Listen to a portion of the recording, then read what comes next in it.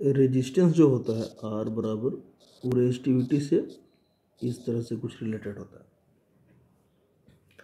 तो रेजिस्टिविटी जो है वो नेचर ऑफ मटेरियल पे डिपेंड करता है। हम रो के बारे में थोड़ा इस वीडियो में थोड़ा देखेंगे। तो रो जो है रेजिस्टिविटी जो है वो नेचर ऑफ मटेरियल पे डिपेंड करता है। पहला चीज़ depends upon nature of material लिखें हम।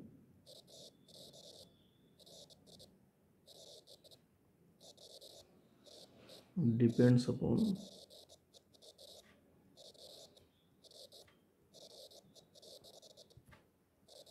Nature of material. इसका यूनिट क्या होता है हम लोग पहले पढ़ चुके हैं। इसका यूनिट होता है ओम मीटर। अगर रेजिस्टिविटी का वैल्यू जो है वो 10⁻⁻8 ओम मीटर टू 10⁻⁻6 ओम मीटर के रेंज में रहता है तो वैसे मटेरियल को हम लोग कह देते हैं कि वो कंडक्टर है। तो कंडक्टर में क्या क्या आता है? Metals and their alloys. Metals and their alloys. और अगर रेजिस्टिविटी का range 10⁻12 ohm meter to 10⁻17 ohm meter होगा तो वैसे मटेरियल को इंसुलेटर बोलते हैं। और एग्जाम्पल हो गया रबर।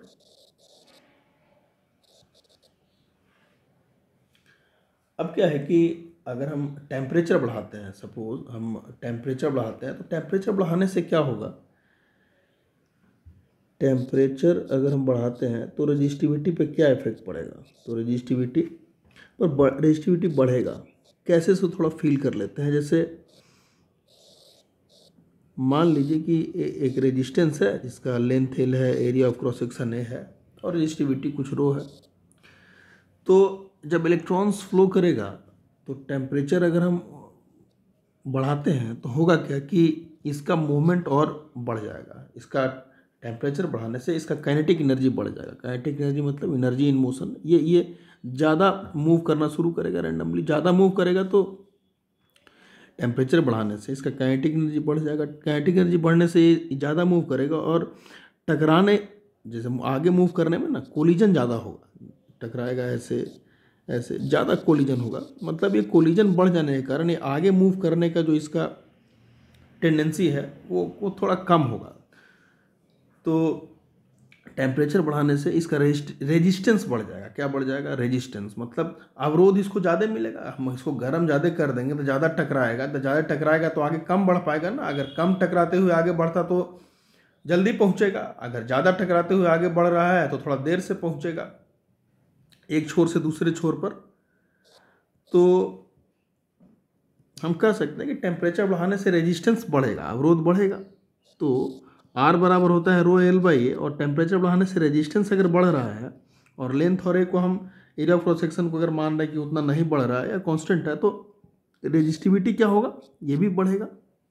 इसका मतलब टेम्परेचर बढ़ाने से रेजिस्टिविटी बढ़ता है और टेम्परेचर बढ़ाने से रेजिस्टेंस भी बढ़ रहा है।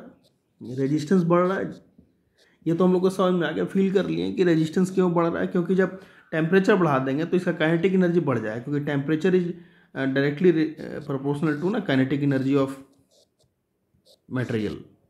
काइनेटिक एनर्जी ज़्यादा होता है तो टेम्परेचर ज़्यादा होता है। ये कहिए ऐसे, kinetic energy directly proportional to temperature, दोनों एक ही बात हुआ।